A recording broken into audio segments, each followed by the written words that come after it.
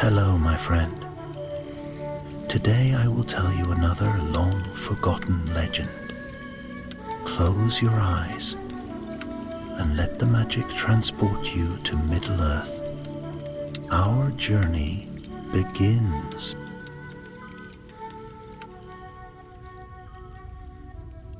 The last fires of the War of Wrath had dimmed, leaving only faint embers along the broken edges of the north. Once, Angband had cast its shadow across half the world, but now only smoke-haunted fissures and crumbling towers remained. Above them the wind blew sharp and cold, as if eager to sweep away the memory of Morgoth's reign. Yet evil does not drift as easily as ash, and some whispered that a darker ember still glowed among the ruins. From the shores of Lindon, the high elves watched the horizon with wary hearts. Morgoth was gone, cast beyond the world, but his lieutenant had fled, leaving neither battle nor surrender behind him. Sauron, the Maya who had shaped armies and deceived kings, had vanished like a stone swallowed by deep waters. And though many hoped that the Valar would find him swiftly, others feared he had already slipped beyond their reach. Thus it was that King Gil-galad called upon a quiet company of scouts, elves practiced in moving unseen through wild and broken country. Among them was Calathir, a young but steady warrior whose keen sight had served Lindon well in the dark years. Though he had not fought in the final battles of Angband, he had seen enough of war's ruin to understand its cost. "Go north," Gil-galad had told them. "Find what you may of Sauron's fate, whether he seeks atonement or whether he prepares for new treachery. We must know." So Calathir and his companions journeyed toward the fading scars left by the Great War. They rode through newly quiet lands where the earth still trembled at times, as if remembering what had been buried beneath it. Even the birds seemed cautious, their songs brief and uncertain. For many days the company followed trails left by fleeing orcs, though most of these had scattered or perished after Morgoth's fall. Some tracks showed signs of desperate confusion, as if the creatures had lost all sense of command. Others seemed to lead nowhere at all, circling and vanishing in the wilds. As they moved deeper into the north, the air grew colder. The ground beneath their feet darkened with ash and old blood, and strange fumes rose from cracks in the rock. Here the light had been long oppressed, and though the sun shone freely once more, the land did not yet trust it. One evening, as twilight brushed the western clouds with silver, Calathir halted the company. Ahead of them, etched into the fading light, stood the shattered gates of a fortress once forged by malice and iron. The gates were broken, torn outward as if by some vast and terrible force, and the ground around them was littered with remnants of battle. Spears lay twisted, shields half buried in ash, and the stone itself seemed scorched by heat that no forge could have kindled. "This is where Morgoth fell," murmured Elwyn, the company's healer, "or near enough. No wonder all feels uneasy here." "Uneasy is too soft a word," said Thalanor, Calathir's closest friend. "Something still lingers. Do you feel it?" As if the shadows keep watch. Calathir did feel it, a presence subtle yet tense, like a breath held tightly.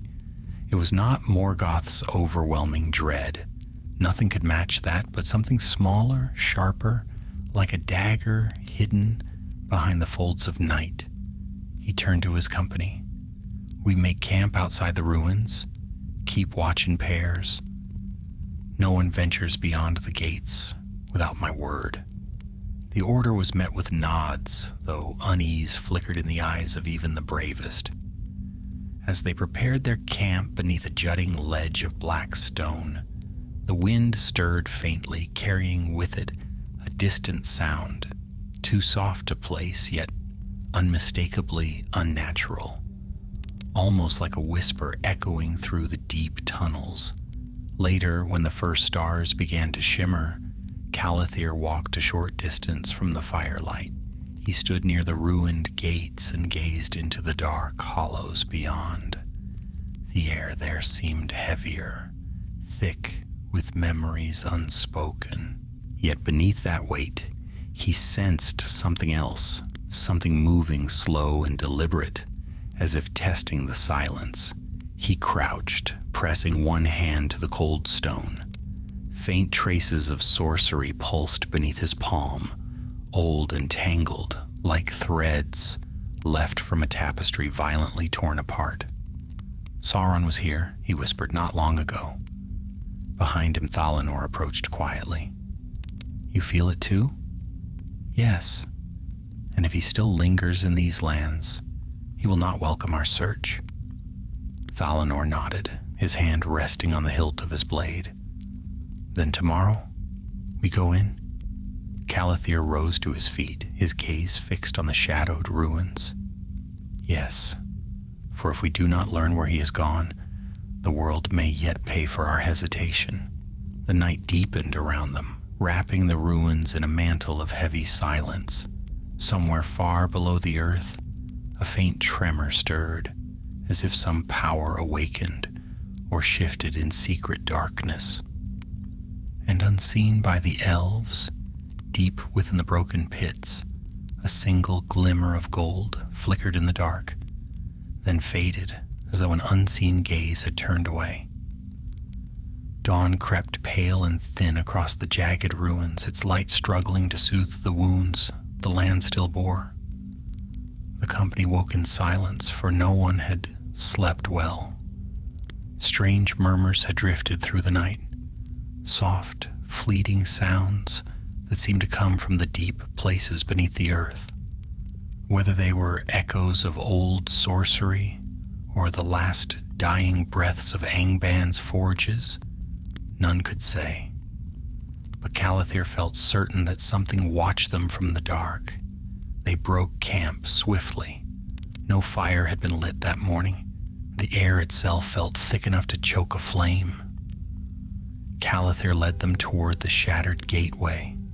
Each step stirred dust that glimmered faintly, as if tiny shards of glass were mixed with the ash. The once mighty doors lay in pieces, scattered like the bones of a fallen titan. Twisted beams of iron jutted from the stone, and the scent of scorched earth hung heavily, even after all these years. We walk where the wrath of the Valor fell, murmured Elwyn. Let us tread lightly. Beyond the gates, a long corridor stretched into dimness. The walls rose high, though broken in many places, and the ceiling was cracked open, letting in slivers of pale morning light. Rubble lay scattered across the path. Some stones still bore the marks of claws, others the imprint of fire. Calathir studied the ground carefully. Tracks, he said, old but deeper than orc foot. Something heavier passed here. Thalanor knelt beside him. Could it be him? Perhaps. Calathir brushed a hand across the indentations, but these prints lead forward only for a short distance, then they vanish. Vanished how? Asked Rilwyn, one of their younger scouts. Calathir pointed to the far wall where the stone had melted into a smooth, darkened arch, as if whoever made them walked into flame. Elwyn drew closer, her expression troubled. This is no ordinary fire. It bears the mark of a Maya's power, and it is old, yet not ancient. A hush fell over the company. None needed to speak the name lingering in their minds. Sauron. They moved deeper into the passage, guided by the dim light filtering from the fractured ceiling. The corridor eventually opened into a vast hall, one of the outer chambers of Angband. It was a grim and hollow place. Massive pillars lay toppled like fallen trees. and the floor was strewn with broken weapons. In one corner, an overturned cauldron of black iron rested half buried in ash. In another, strange sigils glowed faintly upon the wall, their meaning long lost. Calathir approached the sigils, narrowing his eyes. These are ward marks. Subtle ones. Traps? Asked Thalanor. Not traps, more like silence bindings. Calathir traced a finger along a faint, glowing curve. Spells to hide presence. Spells that prevent certain eyes from seeing. Elwyn stepped beside him. Then he was hiding. Not from us, but from the Valor. The truth of it settled over them like falling dust. If Sauron had lingered here after Morgoth's fall, sheltered by spells and shadows, he must have done so in great fear. That alone was notable. Sauron had once been bold enough to match wits with the greatest of Middle-earth. For him to cower in the ruins of Angband meant he had faced a choice far heavier than any battle. "Look," said Rilwyn suddenly, pointing toward a far archway. "There." A faint trail of soot led into a narrow tunnel that sloped downward. The walls here were smoother, less ruined, as if untouched by the wrath that had demolished the upper halls. Calathir nodded. He fled below. And where he fled, we follow. Stay close. The tunnel swallowed them one by one, and the light of the surface dwindled behind. Their footsteps echoed along the stone, soft but steady.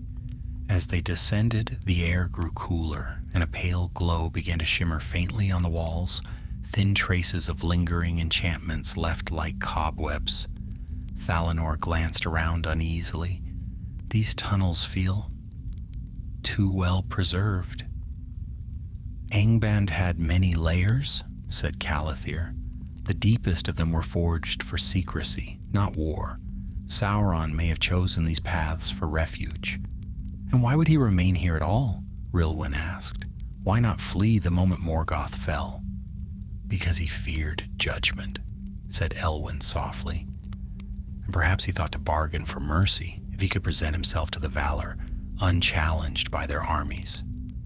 Or perhaps, Calathir added, he thought to seize power anew from the fragments Morgoth left behind. They walked on until the tunnel opened suddenly into a broad cavern. A faint light flickered from somewhere deep within, bluish and cold, like sorcery half spent. Stalagmites rose like jagged teeth, and a thin mist coiled low over the ground. Then Calathir froze. Ahead, upon a cracked stone dais, lay a set of dark armor, black as a starless night, dented from battle yet still formidable.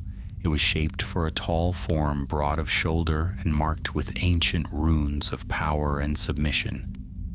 Sauron's armor. Thalanor exhaled sharply. He left it behind. Calathir stepped toward it slowly, as if approaching a sleeping beast. No, he shed it. There is a difference. Elwyn circled the dais, her face pale. Armor such as this is not abandoned lightly. If he cast it off, he did so to be unseen, to shed any sign of his former power. Rilwyn pointed toward the mist. There's more. Footprints. Bare ones. The prints led across the cavern and vanished into a narrow cleft between two large stones. Calathir followed their trail until he reached the gap. A faint warmth lingered on the rocks, strange in such a cold place. He passed through here, Calathir said quietly, and not long after the fall. Thalanor peered into the cleft. Where does it lead? East, Calathir answered. Eventually? But the passage winds through many ways before the outer world. He stepped back, turning to his companions. We have found what we sought. Sauron lived after Morgoth's fall. He hid himself here for a time, then chose exile over surrender. That is no comfort, murmured Elwyn. Exile grants him freedom. Yes, Calathir said, and we will follow where his shadow goes next, for the world will not rest until we know his path." Behind them the cavern stirred faintly.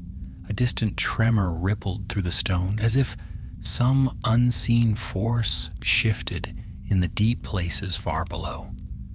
Calathir paused, listening, but the tremor faded, leaving only silence and the abandoned armor gleaming faintly in the cold, lingering light. The company lingered only a moment longer in the cavern, for though the air lay still, Calathir felt a pressure behind it, as if the stone itself held its breath. Shadows clung to the far corners, wavering slightly though no breeze stirred them. A place once touched by the hand of Amaya did not soon forget, and Sauron's passing had left marks deeper than footprints. "Let us move," Calathir said quietly. "This chamber feels too aware." They withdrew from the dais and its forsaken armor, stepping back into the tunnel with deliberate care. Only when they had walked several minutes did the tightness in their chests ease. He cast aside his armor, his weapons, his signs of rank. Thalanor murmured, as though he wished to become smaller. "Or to become something else," said Elwyn. The tunnel sloped upward once more, winding through the bones of the ruined fortress. Here the walls bore fewer breaks and the air grew warmer, not with life, but with a faint hum of old sorcery. It whispered against the skin like a distant memory. No one spoke for several minutes, each elf listening to the pulse of the unseen power that still lingered. At last the path widened and split into two branching tunnels. One led downward, its opening choked with web-like strands of hardened soot. The other curved sharply upward, smoother and faintly glowing, as though some ancient hand had reshaped the stone itself. Calathir paused between them. He would have chosen the higher path. "Why?" asked Rilwyn. "Because it feels less confined," Calathir answered. "A Maya fleeing judgment would not hide in deeper darkness. He would seek a way out." They turned to the upper tunnel, but before they took more than 5 steps, a sudden tremor shuddered through the earth. Dust rained from the ceiling.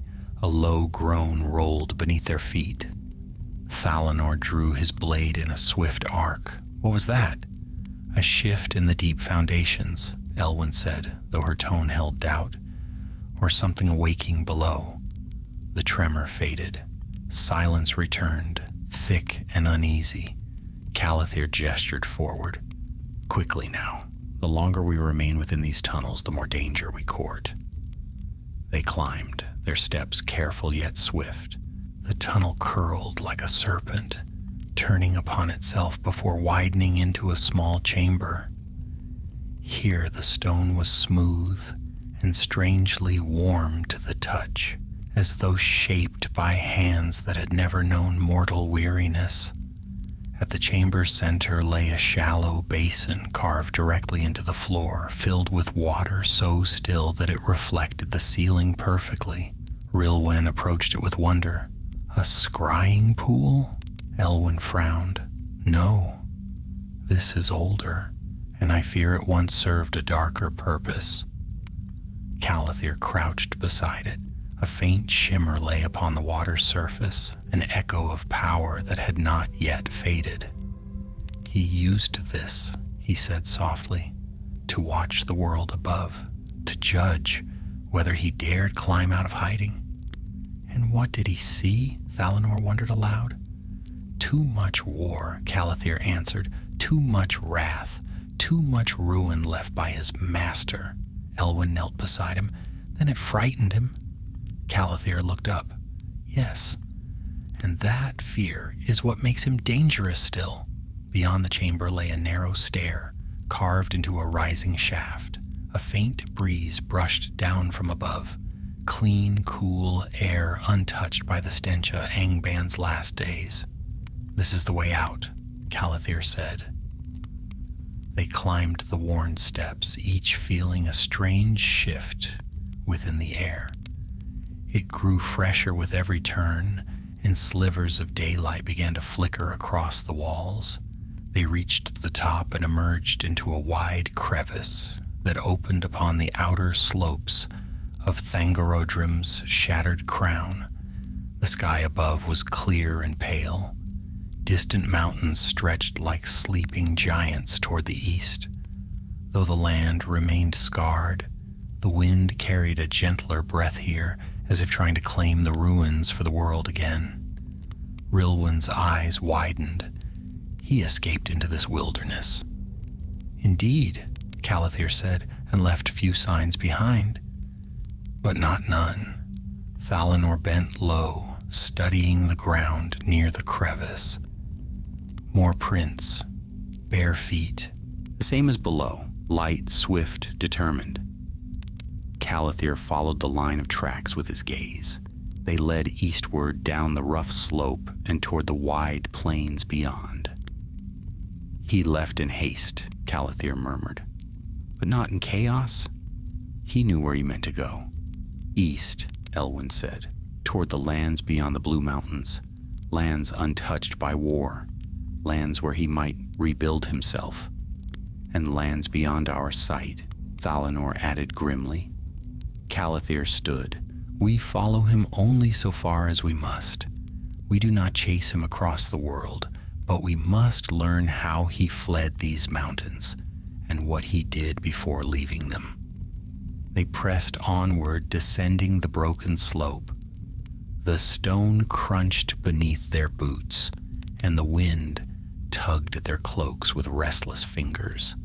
With each step, the ruins of Angband grew smaller behind them, until the jagged remnants stood like a black wound upon the horizon. For hours they traveled, coming at last to a narrow ravine carved by ancient fire. Here the ground bore deeper impressions, footfalls shaped by a being wrestling with terrible conflict. The prints were wide-spaced, uneven, as if the figure had paused many times. Elwyn placed her hand upon one. Here. He hesitated. Calathir nodded. He struggled, not with enemies, but with himself. His repentance, Thalanor said quietly, or what passed for it. The ravine wound onward, narrow and steep. At its end, the elves reached a hollow surrounded by crumbled stone. In the center lay a fire pit, small and cold now, but marked by peculiar traces, a faint metallic scent, and ashes that sparkled faintly in the light. Rilwyn knelt beside it. This was no ordinary fire. No, Calathir said. It was a fire of change, a fire used to burn away the last remnants of what he once was. Elwyn's gaze darkened. Then here, he made his choice. Thalanor looked to the east, where the plains stretched far beyond sight, and that choice led him into the world again. Calathir felt the cold wind brush against his face. We have learned much, yet more remains to uncover. Sauron did not simply flee, he transformed, and transformations leave traces.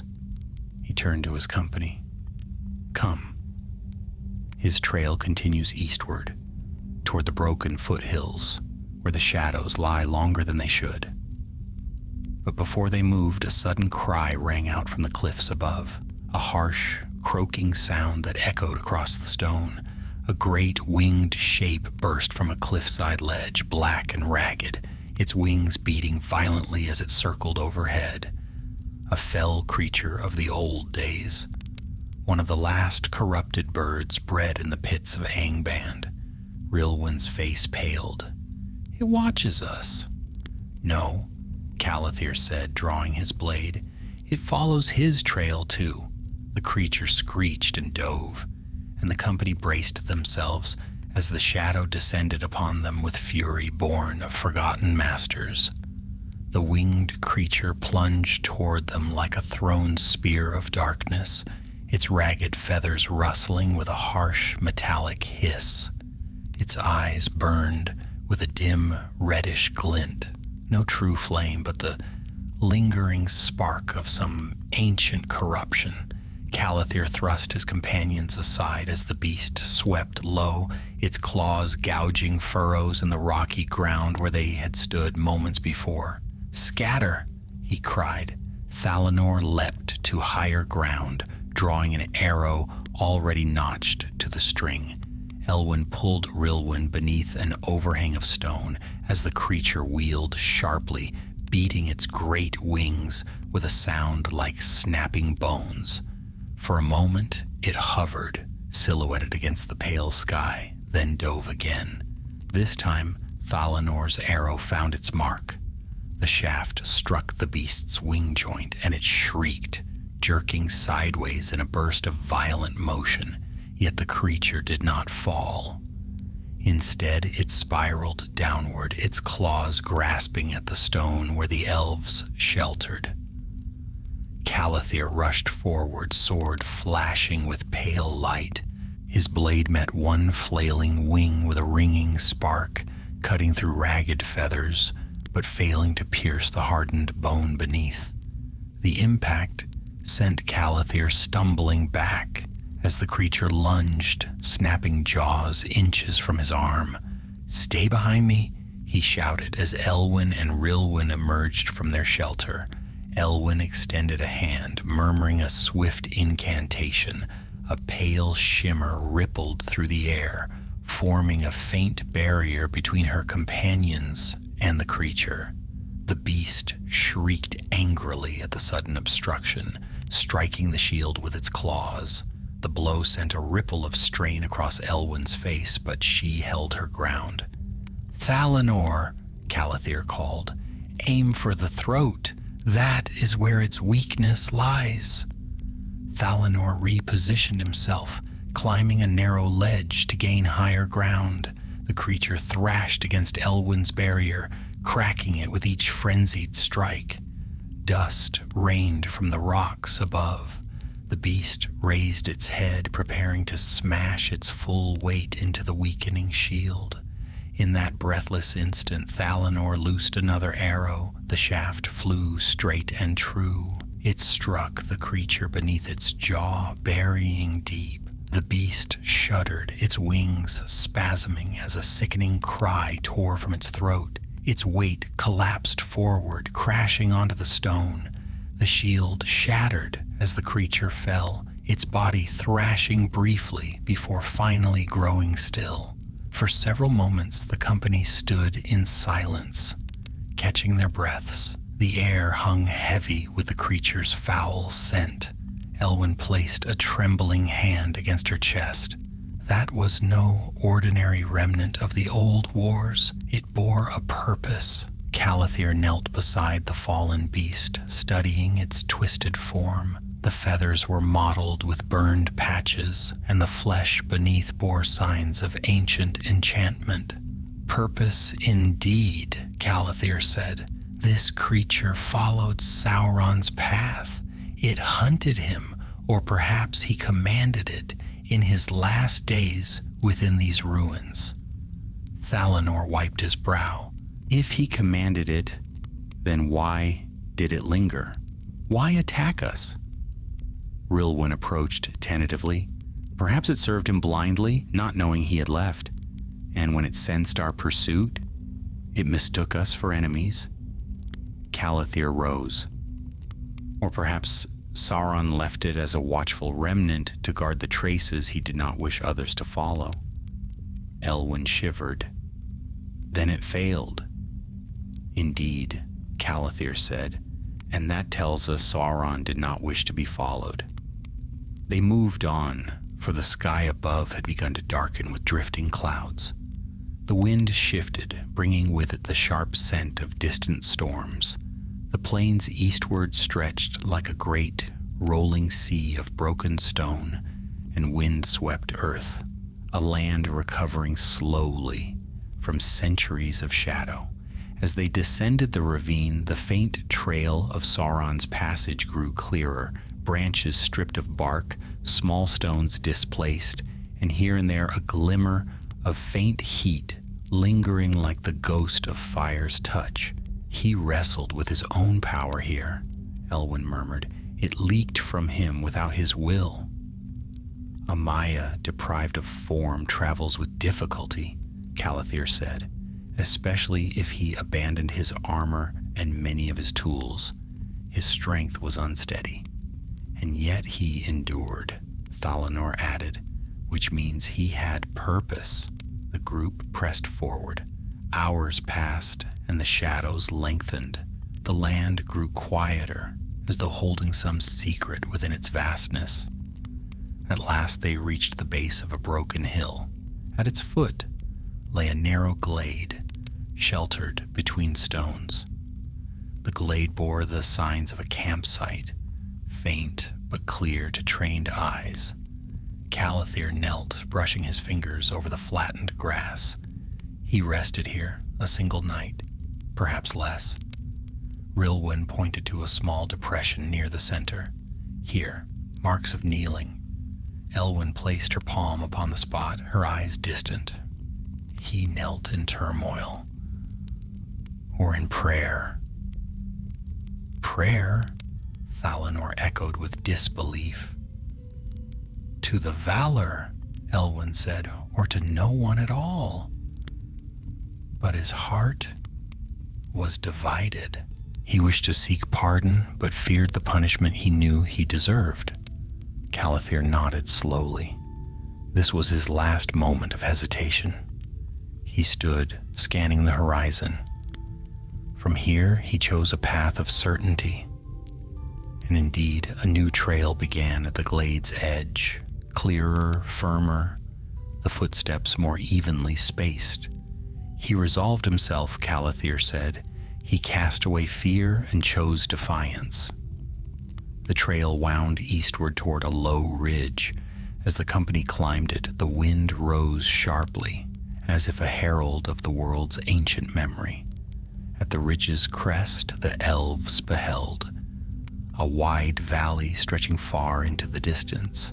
The land beyond grew wilder, dotted with thickets and hidden marshes, extending toward the distant blue haze of eastern mountains.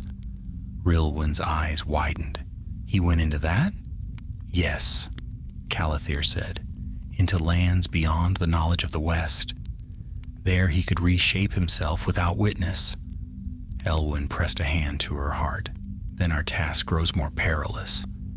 Before Calathir could answer, a low rumble rose from the ground beneath their feet. A deep, grinding sound. The ridge trembled, stones shifted and slipped. Back! Thalanor shouted. They leapt aside as a crack split the ridge's crest. Dust billowed upward.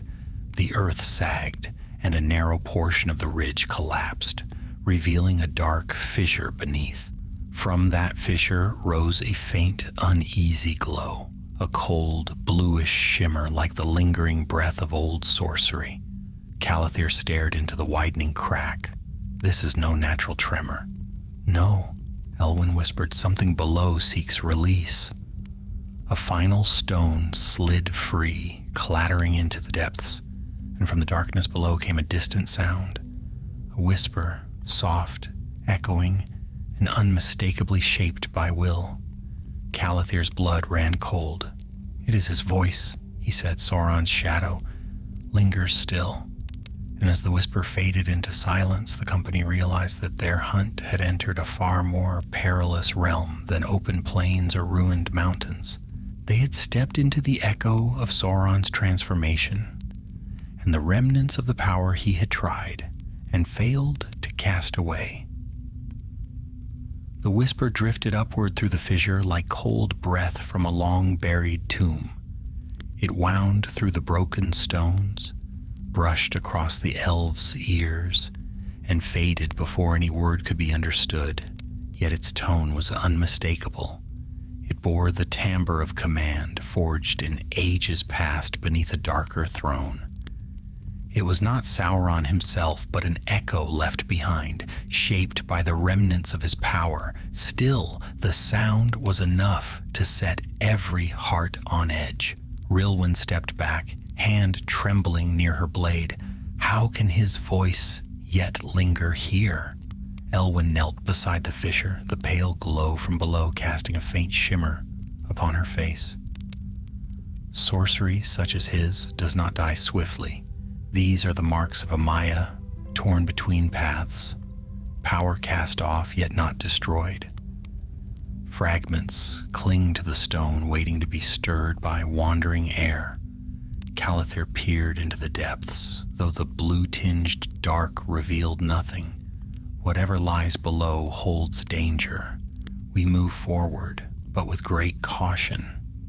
The ridge continued eastward, its path winding like a cracked spine along the land.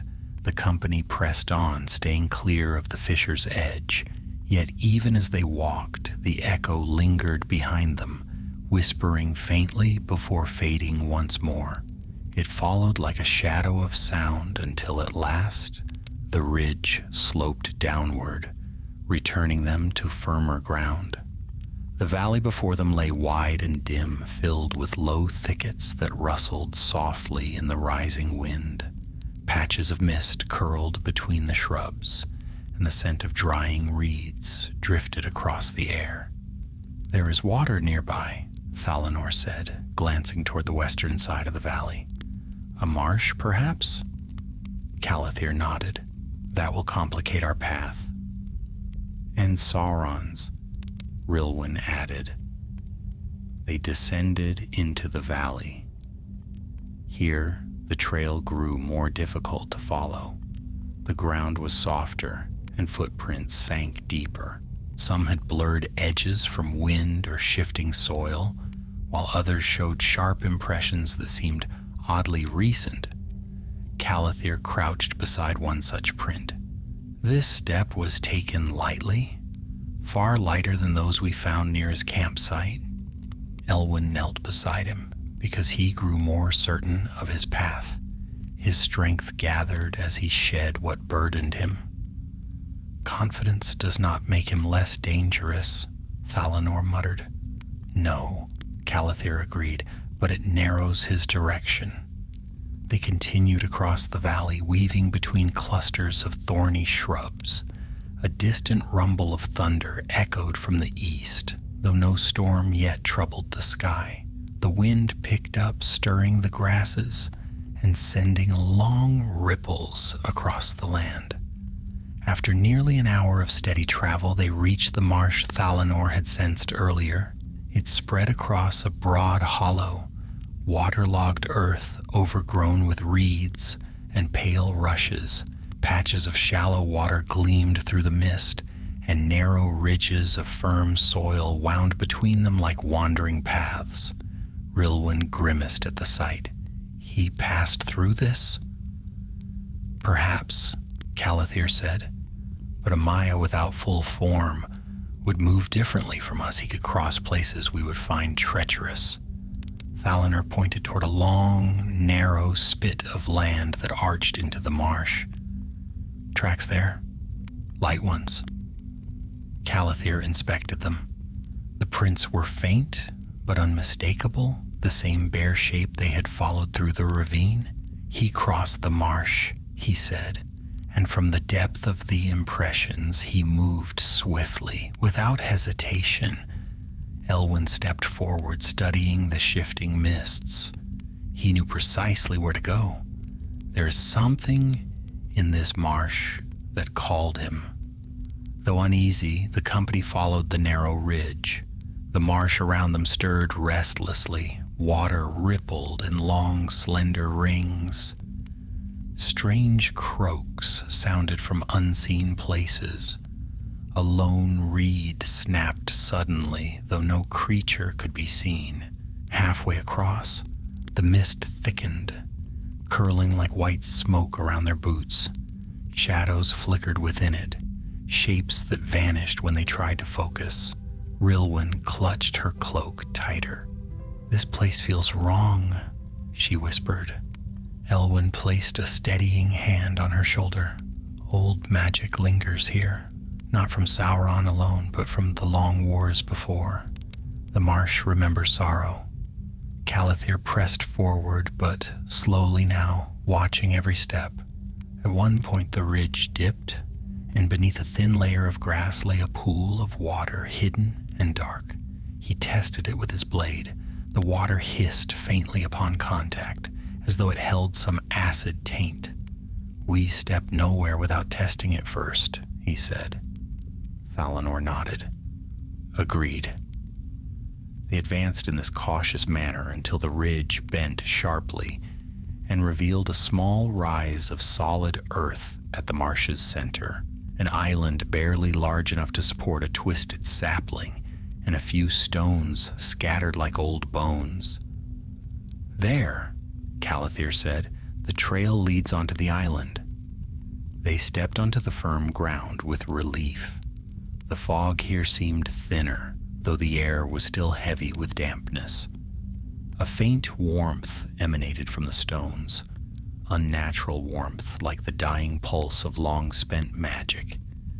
At the center of the island lay a circle of scorched earth, no wider than a large shield. Calathir knelt beside it, brushing away the loose soil. Elwyn's breath caught. "A casting circle," she whispered. Rilwyn's eyes widened. "He performed sorcery here." Calathir examined the edges of the circle. They bore faint marks, lines etched in desperate haste and symbols half scattered by wind. But the center held a deeper indentation, as though something powerful had rested there. "This is where he unmade the last fragments of himself," Calathir said quietly. "What remained of his fair form? He broke it here." Thalanor frowned. "Why here?" "Because the marsh hides all secrets," Elwyn answered. "Here, beneath mist and water, his deed would escape the eyes of the West." Calathir rose, and from this place he went forward as something changed, neither broken fully nor restored. He looked eastward, where the valley sloped gently toward the horizon. After this moment, his trail grows clearer. His hesitation ended here. Rilwyn shivered. "Then this place marks the death of Sauron as he once was, and the birth of what he became," Thalanor said grimly. Before they could speak further, the marsh around them stirred, more violently this time. The fog rippled outward, drawn by some unseen force.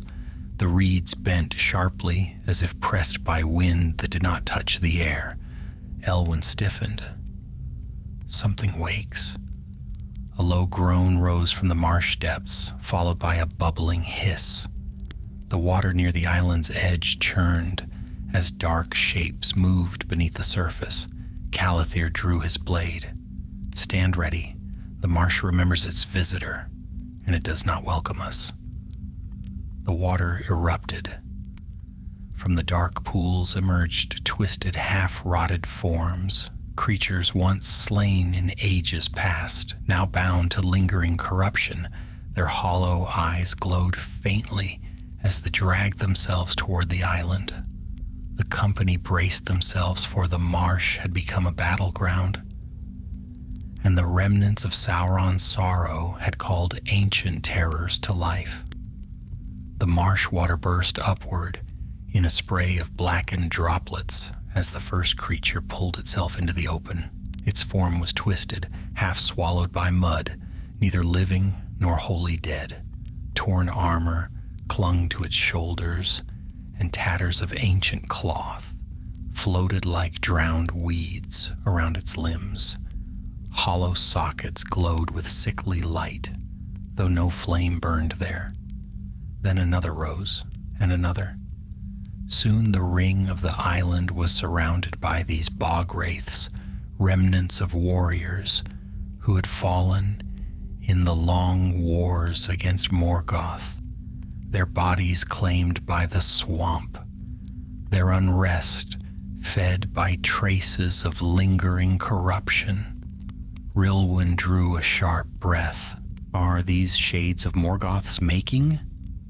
Elwyn shook her head. "No, they are the marsh's own dead. Yet some ancient power, Sauron's passing, or the echoes he left, has stirred them.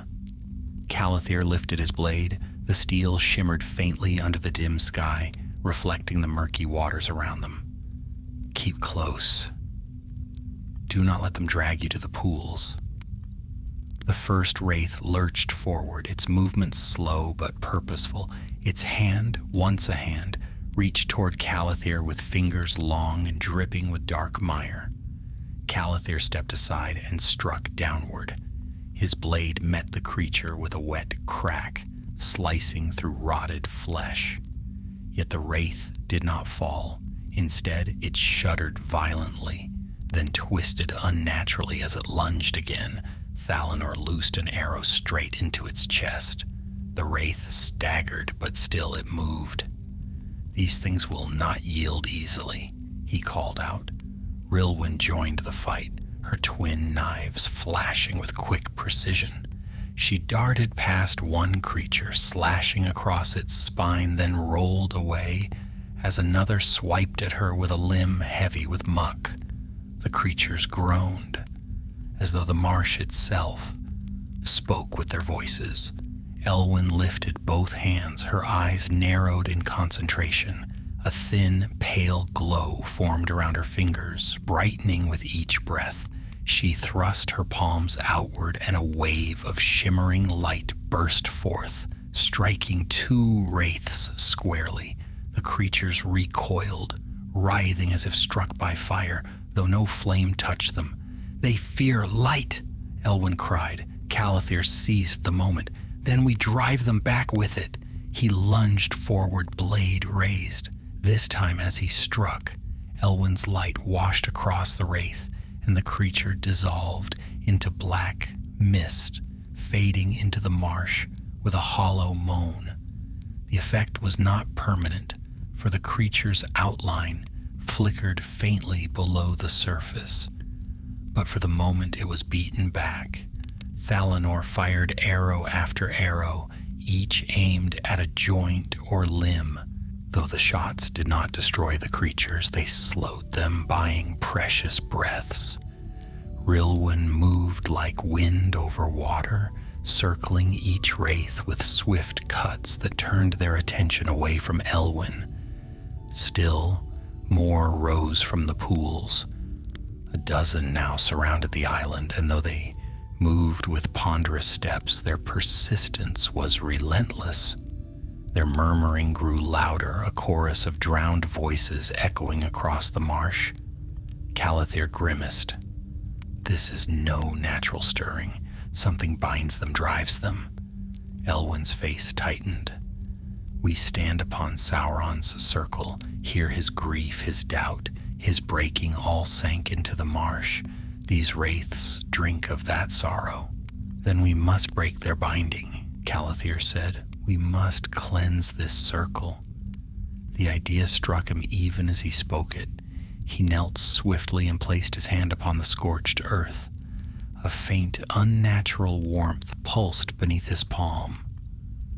"Elwyn," he said, "lend me your light. I will break the circle." Elwyn hesitated only a heartbeat. The backlash may be strong. We have no choice.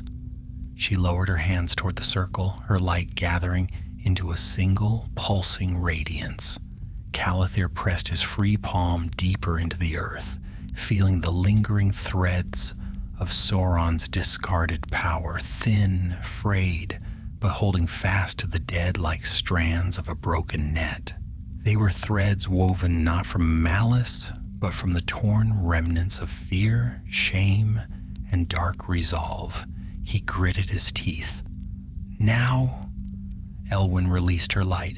It poured into the scorched circle like a rising sun breaking through storm clouds. The earth shuddered under the force. Light blazed upward, scattering the mist. The wraiths shrieked in unison, reeling from the brightness. Their forms flickered, bending like smoke in strong wind. But the old magic resisted. A surge of cold burst from the ground, slamming into Calathir and Elwyn like a freezing tide. Calathir felt his breath tear from his lungs. The earth beneath him pulsed violently, as though something trapped deep within thrashed against release. Elwyn staggered. Rilwyn caught her, though the effort nearly dragged both of them to the ground. Thalanor shouted, "Calathir, the wraiths are advancing again." Indeed they were, driven now by desperation, their hollow eyes burning brighter. Calathir forced his hand down, his palms searing with both cold and heat. "Hold them back," he roared. The earth cracked beneath him. The scorched circle flared with blinding light, now mixed with darkness, Sauron's remnants resisting eradication. Elwyn, regaining her strength, stepped beside him again. "We do this together." She joined her hand with his, pressing her palm into the circle. Their combined power surged downward. The ground answered with a resounding tremor that rippled across the marsh. The wraiths screamed. One by one, their forms wavered, thinning until they dissolved into wisps of dark vapor. The marsh hissed violently, churning with black foam that bubbled up, then slowly sank into stillness. The creature's cries faded, swallowed by the water. The last wraith collapsed, its hollow frame collapsing inward before vanishing entirely. Silence returned. Only the soft rustling of reeds and the distant rumble of far-off thunder remained. Calathir collapsed onto one knee, breath trembling in his chest. Elwyn leaned against him, exhausted but conscious. Thalanor hurried to them, bow slung across his shoulder. "Are you two whole?" Calathir nodded, a bit shaken but whole. Rilwyn glanced nervously at the water. "They will not return." "They are freed now," Elwyn said softly. "Freed from the shadow that bound them. The marsh will rest." Calathir stood again, though slowly. "Then we press on. Sauron's trail beyond this marsh will be clearer now. Whatever he shed here, it no longer clings to the land." They crossed the island and continued toward the eastern ridge. As they walked, the fog receded, as if the marsh itself sighed with relief. Even the air felt less heavy. But before they left the boundary of the marsh, Calathir glanced back once more. The island sat quiet, the scorched circle faintly dark against the earth. The last place where Sauron had cast away the remnants of who he once was. Calathir's voice was low. "We now follow the trail not of a fallen servant, but of a shadow reborn." And the east waited, silent and vast, ready to reveal the next step of Sauron's hidden journey. The last reeds of the marsh whispered behind them as the company stepped onto firmer ground, leaving the haunted waters to their silence. The air beyond felt clearer, touched by the faint warmth of afternoon sun. Even so, a weariness pressed upon the elves, born not of battle alone, but of the strange sorrow they had confronted. They paused on a low rise overlooking the marsh.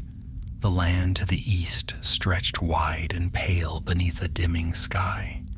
Long grasses bent in steady wind.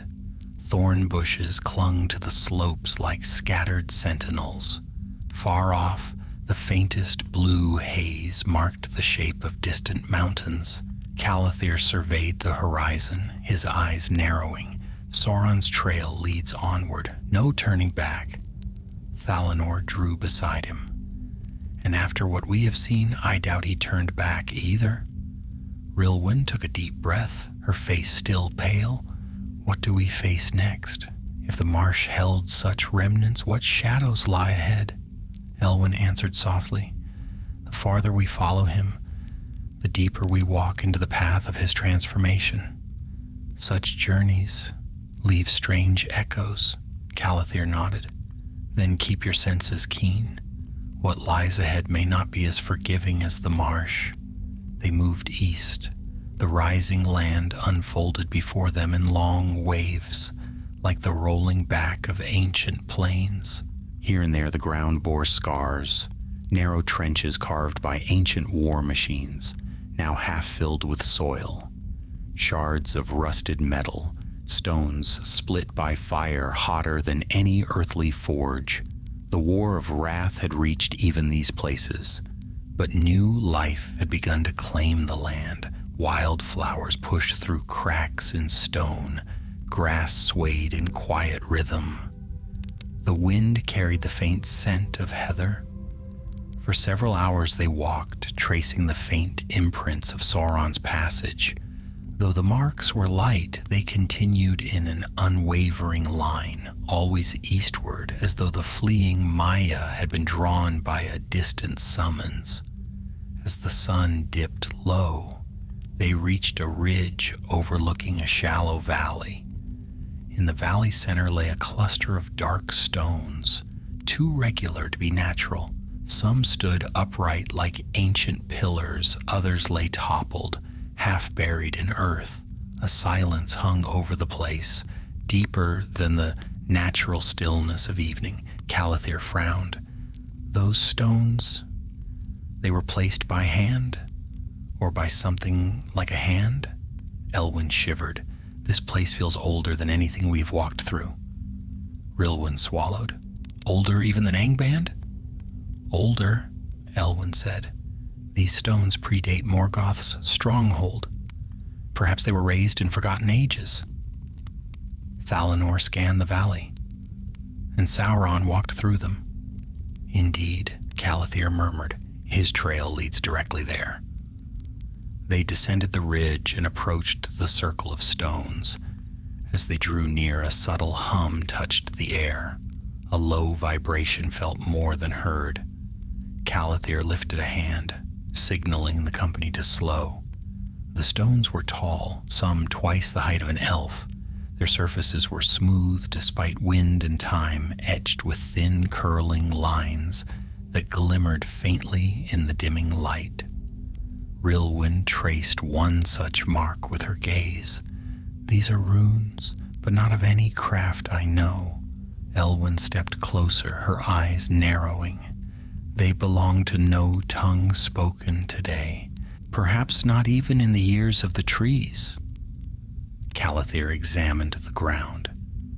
Sauron's prints led toward the center of the stone circle, where a broad, flat rock lay like an altar.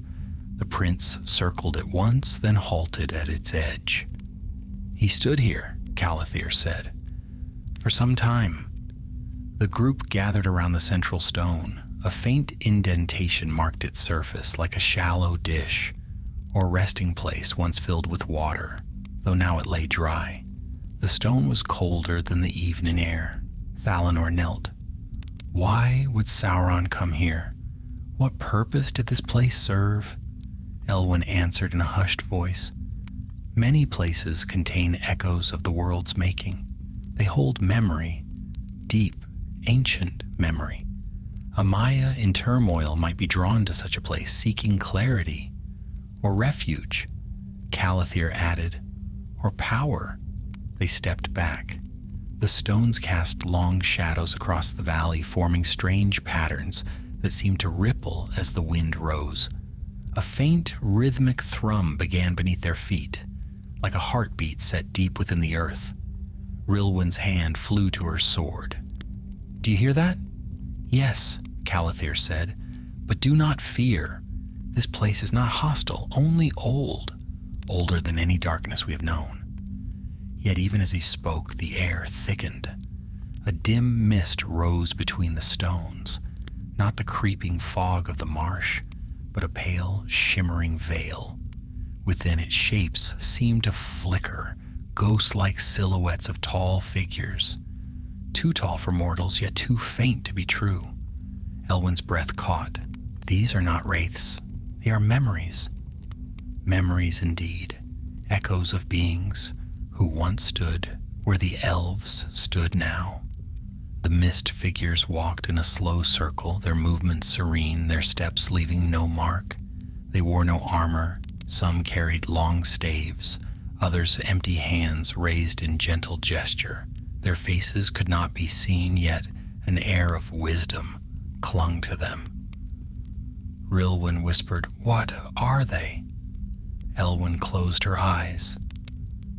Maiar, or so they seem. A gathering from ancient days, long before discord touched the world. Calathir watched in stillness. Sauron saw this, Thalanor murmured, and what did he feel? Regret, Elwyn answered softly, for these are echoes of what he once was. The mist shifted, the figures turned, their forms blurred and faded like wind-blown smoke, leaving only the hum of the stones behind. Silence returned. Calathir stepped back from the central stone. This place showed him memory, reminded him of his origin, of the light he abandoned, and he still chose to turn away. Rilwyn's voice trembled. If such visions could not sway him, nothing could. Calathir nodded. It was here he hardened his heart fully. From this valley, he walked east, not as a doubtful servant, but as the shadow he would become. Thalanor rose, and we must follow that shadow. Calathir pointed toward the far side of the valley where the trail resumed, a single, unwavering line leading toward distant hills. We continue at dawn. This place is safe enough for rest, though uneasy. They made camp at the edge of the stone circle, careful not to disturb the ancient rocks. The night settled gently. Stars emerged overhead, bright against the dark sky. Yet sleep did not come swiftly. Calathir sat watch beneath a leaning pillar, eyes fixed upon the horizon. A faint wind stirred the grass. The stones hummed softly, as though whispering fragments of forgotten ages. Elwyn joined him quietly. "What troubles you?" Calathir did not turn. Sauron stood where I stand now, but he saw more. He saw what he lost, and he chose darkness still. Elwyn's voice was soft. "Not all who are shown truth accept it." "Perhaps," Calathir said, "but it is troubling to walk in the footsteps of one who saw such visions and did not bend." Elwyn placed a hand on his shoulder. "Then let that trouble sharpen your resolve, not weaken it." Calathir nodded slowly. Beyond the stones the trail waited, and somewhere far east, a shadow moved, still gathering its strength. Dawn spilled across the valley in soft gold, casting long slants of light between the ancient stones.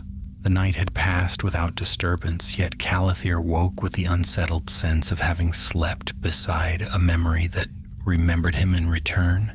The stones stood silent now, their humming faded, their mist-gathered visions gone, but the echo of what they had revealed lingered in the air, a reminder that Sauron had once belonged to the light and had turned from it with full knowledge of what he abandoned. The company broke camp quietly. Even Thalanor, usually swift with a morning jest, walked with a contemplative expression. When all was ready, Calathir led them eastward once more, following the faint impressions upon the grassy earth. The valley opened into a wide stretch of rolling plain. The wind moved steadily, bending the pale grasses in great sweeping waves. Far ahead rose a line of low hills, their ridges sharp against the horizon. Sauron's trail ran straight toward them. For several hours they walked without incident. Birds wheeled overhead, ravens and small white-winged hawks, returning to lands once too dark for their kind. The rhythm of their wings and the whisper of the grass formed a steady pattern of sound. But as they drew nearer to the hills, the air changed. A dryness settled over the land and the grasses grew sparser. The wind fell still. The light itself dimmed as though the sun peered through a thin veil. Rilwyn slowed, Do you feel that?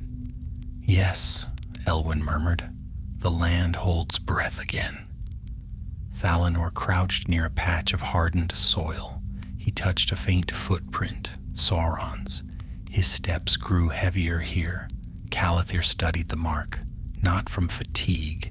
Something pressed upon him, some fear or memory. They continued toward the hills. As they reached the first rocky slope, the ground shifted from grass to gravel. The stones were dark as though once blackened by flame. Small fissures cut across the hillside, and sharp ridges rose like the broken ribs of an ancient beast. Sauron's trail climbed steadily upward. The elves followed a narrow path between two ridges, where the shadow remained even under the growing light. The air felt tight, the silence thick. Elwyn paused, raising a hand. This place remembers fire, not from Morgoth's war alone, but from deeper ages. Calathir nodded. The hills were once shaped by fire from beneath. Magma and smoke forged their bones. Perhaps that is why he came here. Rilwyn frowned. To seek fire? For what purpose? But Calathir did not answer. He had already sensed something ahead, something that tugged faintly at the world, like a low vibration. They rounded a bend, and suddenly the path opened into a wide hollow. The hollow lay encircled by steep ridges, and within it rose a single black stone, tall as 3 elves, smooth as obsidian, and cracked by a single glowing fissure down its center. A faint pulsing light, red as the last spark of an ember, seeped from the crack. Thalanor whispered, "What is that thing?" Elwyn approached with careful steps. It is a stone shaped by the world's earliest fire, a heartstone of the earth, rare and perilous. Its power is raw, untamed. Calathir stepped closer. Sauron stood here. Indeed, the footprints converged at the stone. They circled at once, hesitated, then drew near to the glowing fissure. A depression before the stone suggested that Sauron had knelt or collapsed there. He drew upon this stone, Calathir said, to reshape himself, to regain strength through fire as was once his nature. Elwyn nodded. He was a Maya of Aula's order before he fell. Fire and forge were his first teachers. This stone would call to him. Rilwyn shuddered, and he answered. Calathir touched the ground near the fissure. The earth was warm enough to send a faint tremor through his hand. But there was no danger now. The stone had yielded what it would, and its inner fire lay quiet. He took strength here, Calathir whispered, and left something behind. Elwyn knelt beside the stone, placing her palm upon its smooth surface. Her face tightened. A shard of his will is bound in this place, not enough to harm, but enough to mark his passage. Thalanor circled the stone, his gaze wary. If this place gave him power, why did he not stay? Because the stone cannot give what he seeks, Calathir said. It offered only fuel, not form. Elwyn added, and his new form. He wished to shape elsewhere. The company moved beyond the hollow, climbing the far ridge. As they ascended, the wind returned, brushing against them with growing strength. Thalanor paused at the crest and pointed ahead. Look! Beyond the ridge stretched a wide expanse of broken land, scorched patches, jagged rocks, and long clefts carved into the earth as though by fiery claws. Yet far beyond the ruin, a faint line of green shimmered at the horizon, forests untouched by war. And nestled at the edge of that green stood the faint outline of ancient ruins. Calathir narrowed his eyes. Those ruins, they're not of Morgoth's making. No, Elwyn agreed softly. Those foundations were laid by men. Rilwyn gasped. Men? But none dwell here. Not now, Elwyn said, but long ago before Beleriand was drowned. Tribes wandered far to the east. Some built small strongholds. Many fell into ruin after the War of Wrath. Calathir pointed. That is where he went. They descended the ridge. As they walked, the air thickened again, not with corruption, but with the feeling of eyes upon them. Yet nothing stirred. At last they reached the edge of the ruins. Stone archways lay half collapsed. Weathered carvings marked the walls, depictions of men hunting, feasting, and forging. Grass pushed through the cracked floors. Sauron's footprints led straight into the ruin's heart. Calathir raised a hand to halt the group. Be wary. He lingered here, a place of men, now silent, would tempt him. Their weakness, their hope, their longing. He knows how to twist these. They entered cautiously. The main hall stretched before them, roof partially fallen, pillars cracked. At the far end stood a hearth, cold now, but marked by strange soot that shimmered faintly. Elwyn approached the hearth. He lit a fire here. Thalanor frowned. A normal fire? No, she whispered, a shaping fire. Calathir's gaze hardened. Here he forged the first semblance of the fair form he would later use, the form that deceived elves and men alike. Rilwyn stepped back, horrified. He remade himself here. Yes, Calathir said, this ruin witnessed the birth of Anatar, the Lord of Gifts. Silence fell, but then, very faintly, a soft sound rose from deeper within the ruins. A rustle, a scrape, a breath. Thalanor drew an arrow. We are not alone. Calathir stepped forward, blade ready. From the shadows of a collapsed doorway, a figure moved, a faint silhouette. Too small to be Sauron, too hesitant to be a wraith. Then the figure stepped into the dim light. A man, ragged, afraid, half-starved, but alive. His voice trembled. Do not harm me. Please, I saw him. I saw the one you seek. The company froze. For the first time on their long journey, they had found a witness. The stranger stood trembling in the half-light of the ruined hall, his thin shoulders drawn tight beneath a tattered cloak. Dust clung to his hair, and his eyes, wide, gray, and haunted, shifted nervously between the elves. He looked as one who had not known rest or proper food for many days. Calathir lowered his blade only slightly. Peace, we will not harm you, but speak plainly. Who are you, and how came you to this forsaken place? The man swallowed hard. His voice, when it came, was raw with fear and exhaustion. My name is Ardil.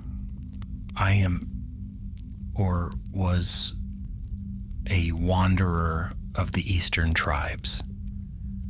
I sought shelter in these ruins when the storms rose, but I found no shelter, only him. Rilwyn stepped forward gently. You saw the one we follow? Describe him. Ardil's breath hitched. I cannot forget him. He came at dusk, cloaked in shadow, yet not fully a shadow. He moved like a wounded beast. His form flickered, sometimes tall and strong, sometimes thin as smoke.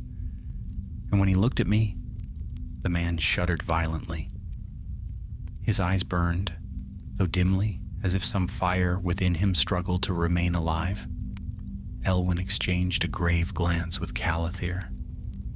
When was this? 2 nights past, Ardil whispered. He searched these ruins, touched the stones, as if remembering something long forgotten. Then he built a fire in the great hearth. Ardil pointed to the soot-marked stones near Elwyn, but no wood burned, only light, a pale fire, cold and cruel. Calathir approached the hearth once more, studying the faint silver sheen beneath the soot. Sauron forged his new shape here, or the beginnings of it. Ardil flinched at the name. You know him? We know of him, Thalanor said grimly. His ways, his craft, his guises.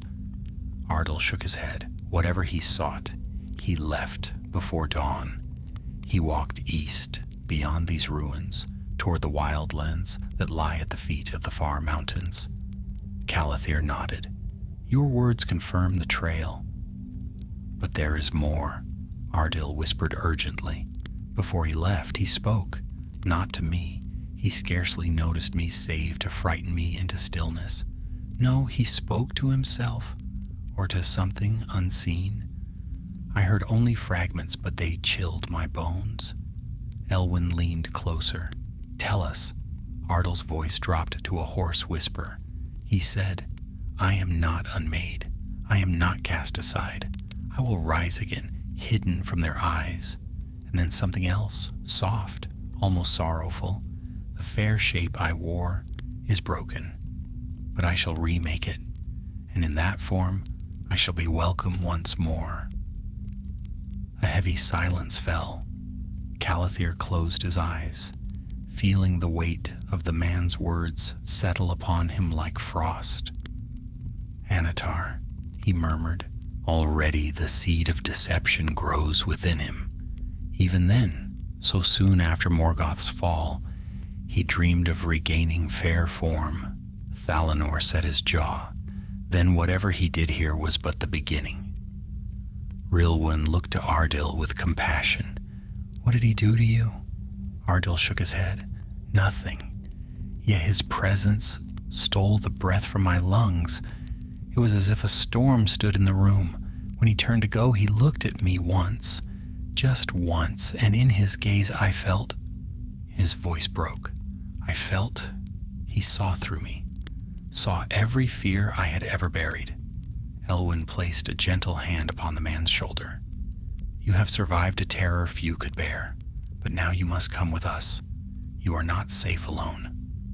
Ardil's knees buckled with relief. I will go wherever you lead, so long as it is far from him. Calathir nodded. We leave now. His trail grows fresher with every step we take. The company moved out from the ruins, Ardil walking weakly beside Rilwyn. The late afternoon sun cast long shadows across the broken stones as they climbed the ridge. The land beyond sloped into a region of scattered pines and rocky outcrops. Though sparse, the forest ahead offered more cover and more danger. As they descended into the pines, the air grew still again. A strange quiet settled over the trees, as though the forest watched them with uneasy awareness. No birds sang, no leaves whispered. Ardil's breath quickened. This is where he passed. I feel it. Elwyn nodded. The air remembers him. Calathir found the first clear sign at a bend in the path, a pine trunk scorched by a single glancing touch. The burn mark was oddly shaped, as if made by a hand that had not fully taken form. He steadies himself upon trees, Calathir said. His shape is still unstable. Thalanor frowned. Then we are close. They advanced deeper into the forest. The trail grew clearer, disturbed needles, shallow imprints, a faint crackling in the air like old embers. At one point they found a stream where the water steamed faintly, though no natural heat source lay near. He crossed here, Rilwyn murmured, but the water resisted him. They followed the stream until it led them to a wide clearing.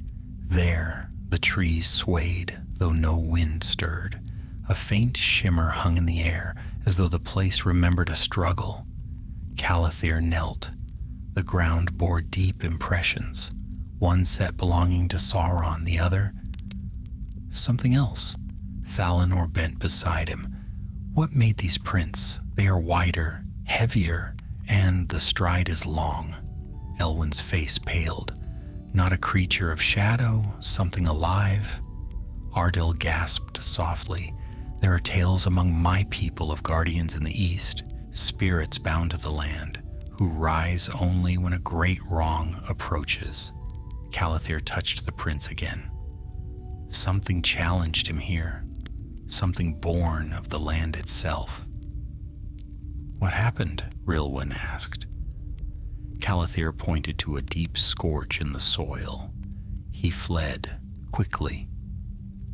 The forest thickened beyond the clearing.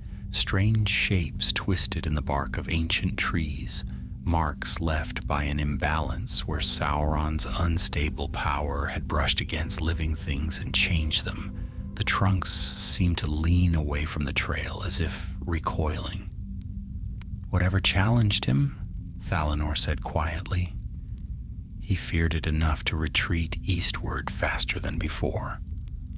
Calathir nodded, and where fear drives him, there lies danger for all. They pressed on. The forest began to thin, giving way to hard, wind-carved stones. Night approached, dimming the horizon. The land sloped downward toward a broad, barren plain. At the plain's edge, they found another mark, burned into stone, a handprint, long-fingered, regained in shape, though faint. The edges glowed dimly with dying heat. He touched the stone to steady himself. Elwyn whispered. His form was nearly complete. Ardil trembled. He will not flee much longer. Soon he will be whole. Calathir stood in the cooling twilight, the handprint at his feet, and the vast plain before him. He crosses this plain, he said, and beyond it lie the early settlements of men, those who survived the war by hiding in the far east. Rilwyn's breath caught. He seeks them? Yes, Calathir said darkly, for where fear and hope are strongest, there Sauron plants the seeds of his power. The wind rose suddenly, sweeping across the plain with a low, mournful sound, as though the earth itself warned them to turn back. But Calathir stepped forward. We follow, he said. We must see where this new shadow first took root. And the company moved into the darkening east, unaware that the first hints of Sauron's future lies, the lies that would one day birth the rings of power, were already taking shape on the far horizon. Night fell across the barren plain like a great dark cloak, heavy and silent. The stars emerged one by one, sharp as lances of silver against the deep sky. A pale moon climbed slowly above the eastern horizon, washing the land in cold light. Calathir and his companions paused at the plain's edge, the vast emptiness stretching before them like an ocean of stone and wind. Ardil shuddered and wrapped his thin cloak tighter.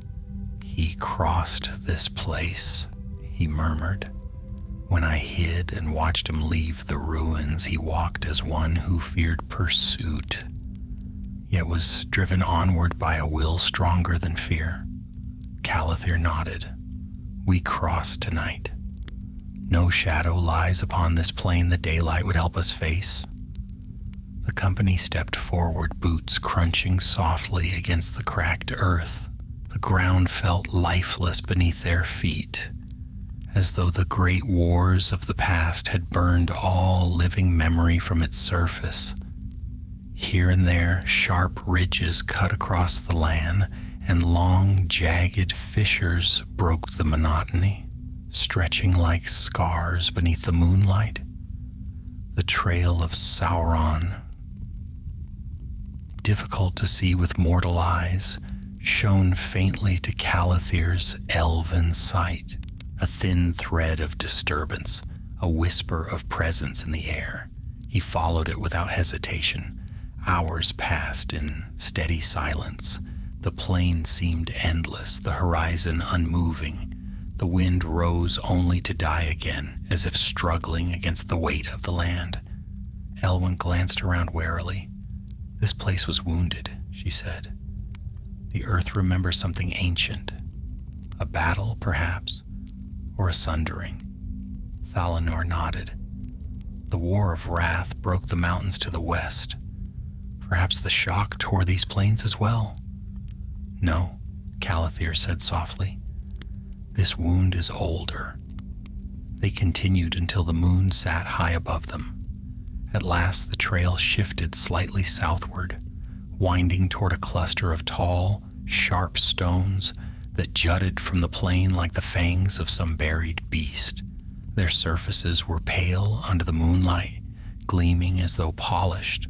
Ardil's voice dropped to a whisper.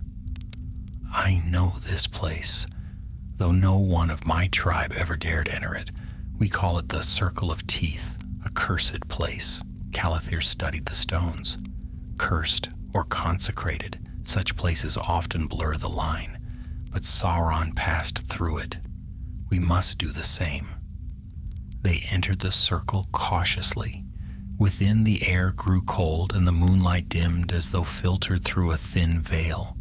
The ground was smoother here, almost polished, and the stones cast long, sharp shadows that crossed over one another like interlocking blades. Elwyn paused, touching one of the stones lightly. These were shaped not by elves nor by dwarves. Men, perhaps, but long ago, before written lore. Rilwyn frowned. For what purpose? Elwyn hesitated. Protection, I think, or warning. Thalanor knelt near the center of the circle. Look, the prints change here. Calathir joined him. Indeed, Sauron's prints deepened, spaced farther apart. A tremor had shaken his stride. He feared this place, Calathir murmured. Why? Rilwyn whispered. Elwyn nodded toward the far side of the circle. Because something dwells within these stones. Before any could answer, a low hum rose from the ground, deep enough that they felt it more than heard it. The stones vibrated faintly. A pulse of pale light ran across their surfaces. Ardil gasped and stumbled back. "It wakes!" Calathir drew his blade, though he sensed no malice, only warning. "Hold your ground. Let whatever dwells here show itself." The hum deepened, and a soft glow spread outward from the largest stone. The light gathered, forming a faint outline, tall, indistinct, almost human in shape, yet greater, as though carved from the very memory of the land. A voice, soft as wind, over forgotten graves, echoed through the circle. Who walks the path of shadow? Who follows the one who fled the light? The elves stood firm. Ardil hid behind Rilwyn, trembling violently. Calathir stepped forward and raised his blade in greeting, not threat. "We are scouts of Lindon. We seek the one who passed here, the servant who fled Morgoth after his fall." The glowing figure seemed to regard them, though no eyes could be seen. He came, broken, torn between fear and pride. The land rejected him, for he bore the residue of his master's ruin. Elwyn stepped closer, her voice steady. Why did he fear this place? The figure's answer was a sigh like gathering wind. For we remember the world before discord, and he remembers that he betrayed it. Silence followed, profound and heavy. Then the spirit motion stilled, as though the memory grew distant. He passed through in haste, but his shadow clings still. I show you this, followers of the light. Look upon what he left behind. The ground trembled. At the center of the circle, a crack split open, a shallow fissure revealing a small, faintly glowing shard of soot-blackened stone. Calathir knelt and lifted it carefully. The shard pulsed weakly like a dying heartbeat. Elwyn gasped. A fragment of his will cast away when he forged his new shape. Ardil trembled. Is it dangerous? Yes, Calathir said, but not to us. It is but a remnant, what he shed to take on a new guise. Thalanor frowned. Can it tell us where he goes? The spirit's voice returned, softer now. He goes to men, to mold them, to test them. His new face seeks their trust. Rilwyn's eyes widened.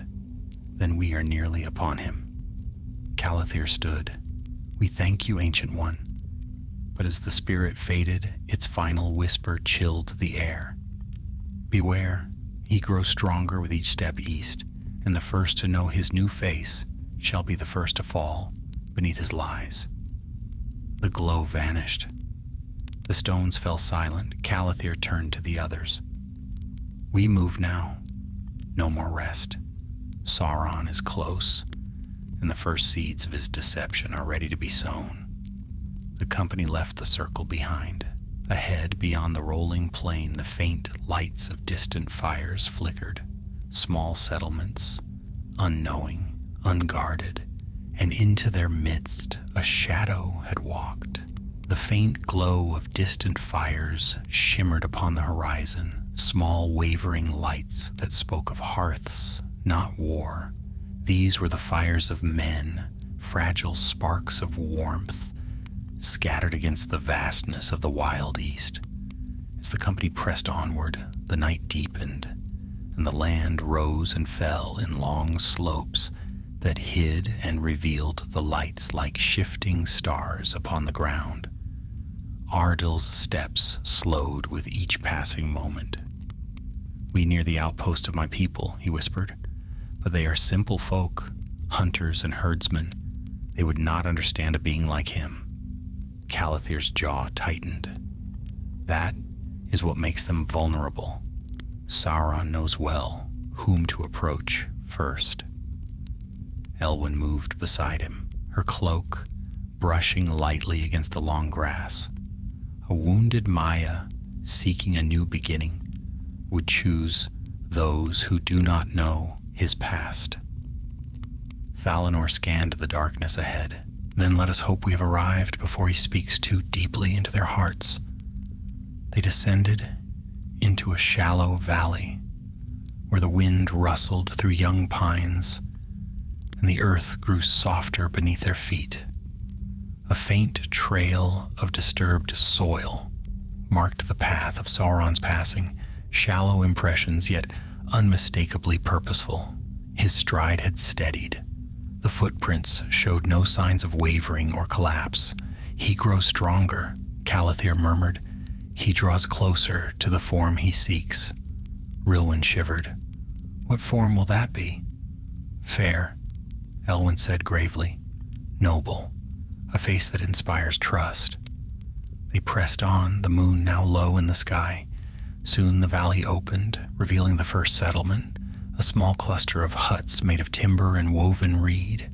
Smoke curled gently from one chimney.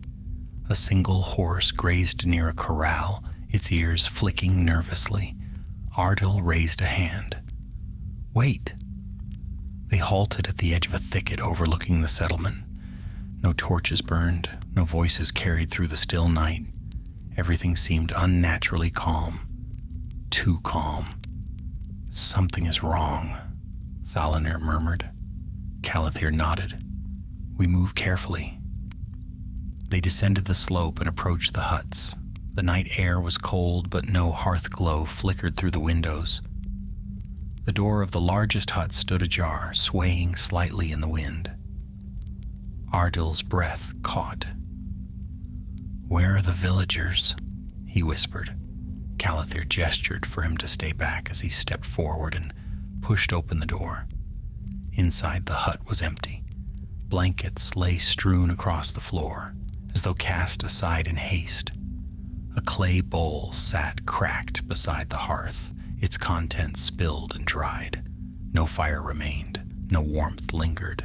Rilwyn searched the adjoining room. Gone, she said softly. All of them. What drove them out? Thalanor asked. Calathir crouched near the hearth. Though cold, faint traces of silver ash clung to the stone. Ash unlike any a mortal fire would produce. He was here. Elwyn stepped to his side. And he did not come as an enemy. Rilwyn's brow furrowed. Then why did they flee? Calathir examined the ash more closely. They did not flee. They followed. Ardil staggered. followed? Him? Elwyn laid a steadying hand on his arm. He would not show himself as a creature of terror. Not now. Not when seeking to win minds. Thalanor shook his head slowly. He used words. Yes, Calathir said softly. Words and the early glimmer of his renewed fair form. Rilwyn walked out into the open air, her heart heavy. Where would he lead them? Ardil pointed east, his expression hollow with dread. Toward the old stone hall, a gathering place my ancestors built in ages long past. It lies beyond the next ridge. Calathir's eyes hardened. We go there at once. The company left the empty settlement, climbing into the hills again. As they reached the ridge, the wind shifted, carrying faint echoes, voices. Many voices murmuring as though in deep, entranced counsel. Ardil froze. That is them, he whispered. They crept forward until the old stone hall came into view, a wide structure of ancient timbers and gray pillars, half broken by age yet still standing. A crowd of villagers gathered before it, their torchlight casting wavering illumination upon their solemn faces. Men, women, and children, nearly 50 souls. At the hall's threshold stood a tall figure wrapped in a pale cloak. He was not yet fully fair of form, but the change had begun. His posture was straight, his movement smooth, confident. His hair, once dark and wild in the ruins, now fell in long, pale strands. His face was mostly hidden by the cloak's hood, but the faint glow of moonlight revealed the outline of features, sharp, elegant, and hauntingly noble. Ardil gasped. That is him, but he looks different. Elwyn touched Calathir's arm. He is remade. The figure raised a hand, and the murmuring ceased instantly. My friends, his voice rang out, gentle, melodic, persuasive. Fear no longer the shadows of the past. For a new age dawns. The world is broken, yet it can be restored. And I will guide you, if you will trust me. The villagers nodded, many stepping closer, as though drawn by a warm hearth in winter. Their eyes held hope, not fear. Even the children leaned forward eagerly. Thalanor's face tightened. He has them in his grasp. Calathir's heart churned. Sauron, now halfway to becoming the fair Anatar, spoke again, his voice wrapping the crowd, like a comforting blanket. You have suffered, he said. The war that tore the West cast shadows even here. But I am not your enemy. I seek harmony, order, peace. Follow me, and I shall show you a path away from ruin. Ardil whispered hoarsely. They believe him. Rilwyn trembled. We must intervene. No, Calathir said sharply. Not yet. If we attack blindly, they will defend him. We must break his hold, without harming those under his spell. Sauron raised both arms slightly as though embracing the crowd. Come, he said warmly. Let us leave this hall of sorrow. I will lead you to a new home, a safer land, where no darkness shall ever touch you again. The villagers murmured, spellbound, and in that moment Sauron turned his head, just slightly. His gaze met Calathir's. Across the distance, through the shadows, through the crowd, he saw them. A slow smile curved beneath his hood.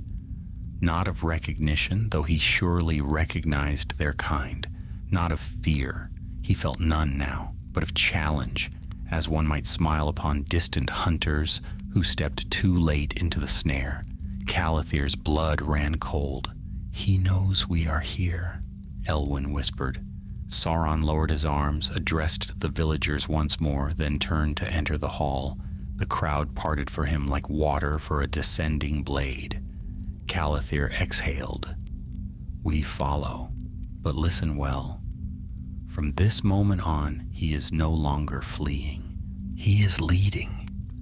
and the path he led them into was now woven with deception, subtle, shimmering, and deadly as a serpent's coil. The ancient stone hall loomed beneath the moon, its pillars cracked yet still proud, bearing the weight of ages long past. Torches flickered near its entrance, casting wavering shadows across the weathered carvings etched into the archway.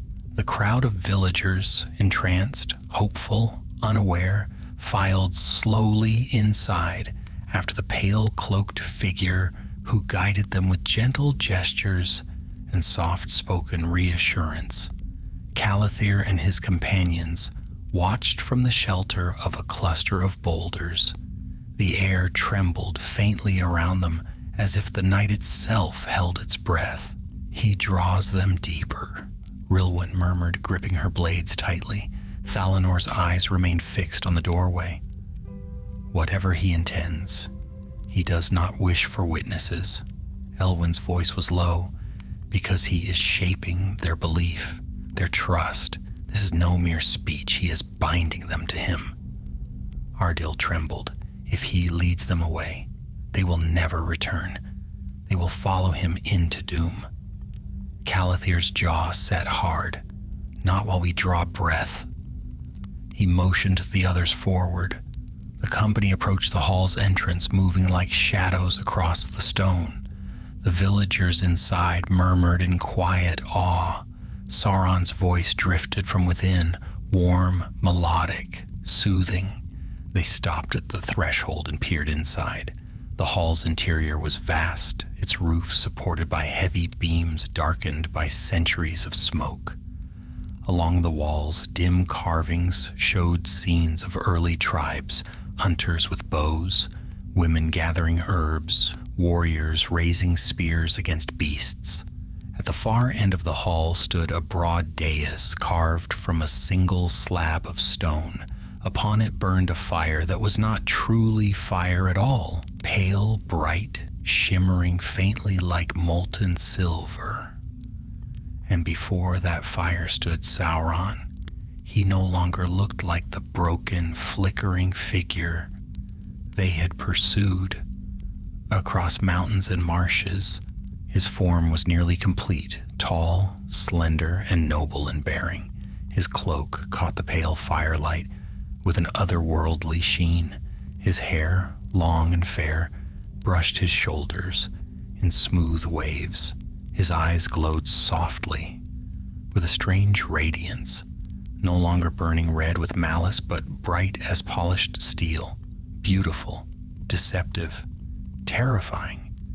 He raised his hands, and the hall fell into perfect silence. "My friends," he said, his voice carrying like music through the air, "you have walked through fear and hardship. Your lives, carved against the wilderness, have been ones of endurance, not peace. But a new dawn is coming, a dawn you may shape with your own hands." The villagers leaned forward, rapt.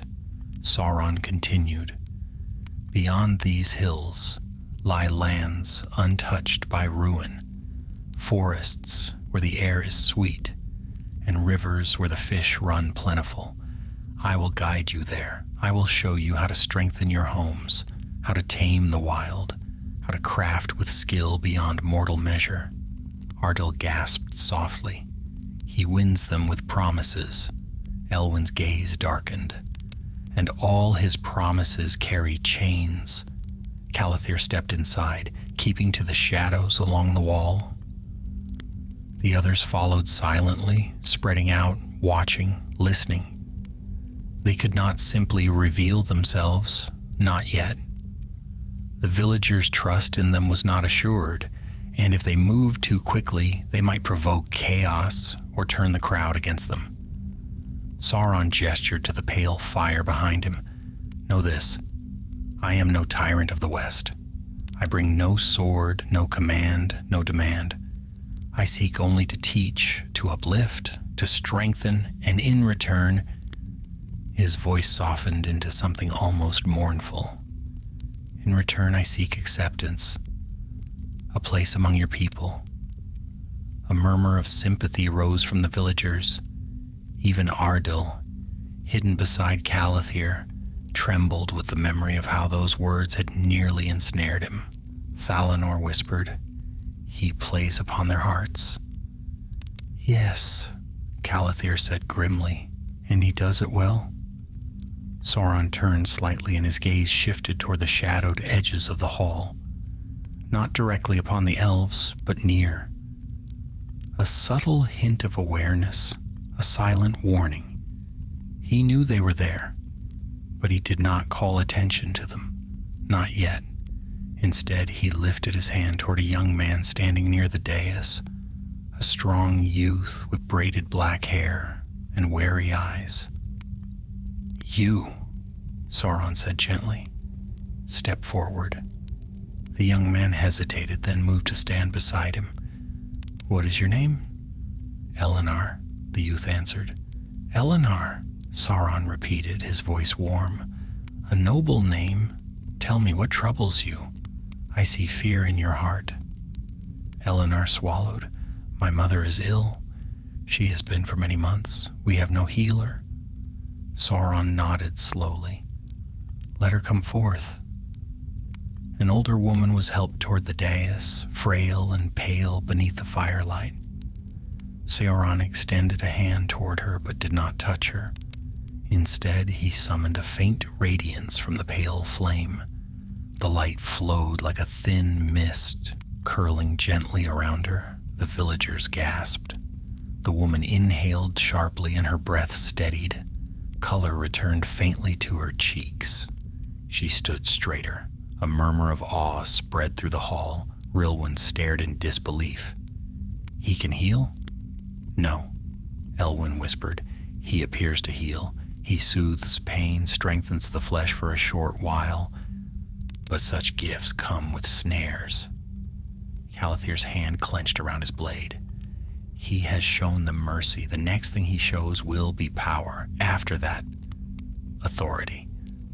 Sauron smiled gently at Eleanor. "Your mother will walk with you tomorrow without pain." Tears streamed down the youth's face. He knelt. "We will follow you anywhere." And others echoed him. A tide of devotion rising, a tide they could not allow to crest. Calathir nodded to his companions. The time for subtlety had ended. He stepped into the open, his voice ringing clear and strong. "Villagers of the East, pause your trust. You do not know the one before you." The hall fell abruptly silent.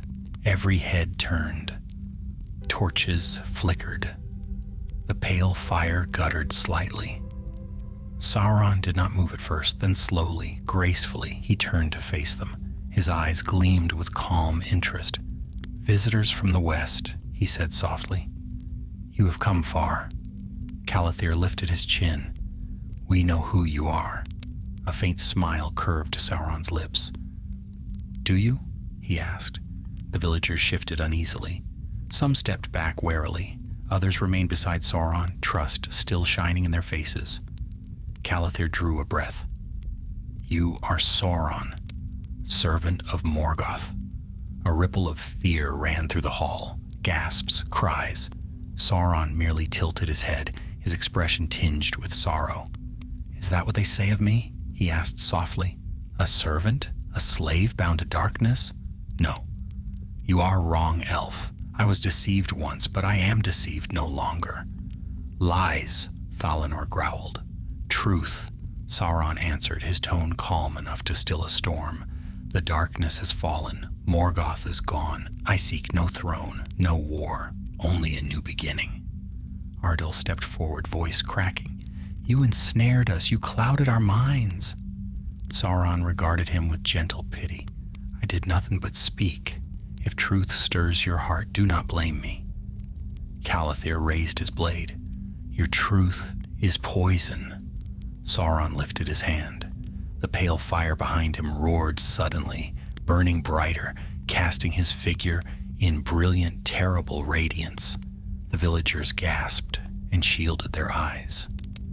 Sauron's voice deepened, resounding through the stone hall like distant thunder. I have offered peace. You answer with accusation, but I will not be driven away by fear, nor by those who cling to the glories of a ruined age. His gaze locked on Calathir, and the hall shook. The ancient hall trembled, dust drifting from its beams like pale ash.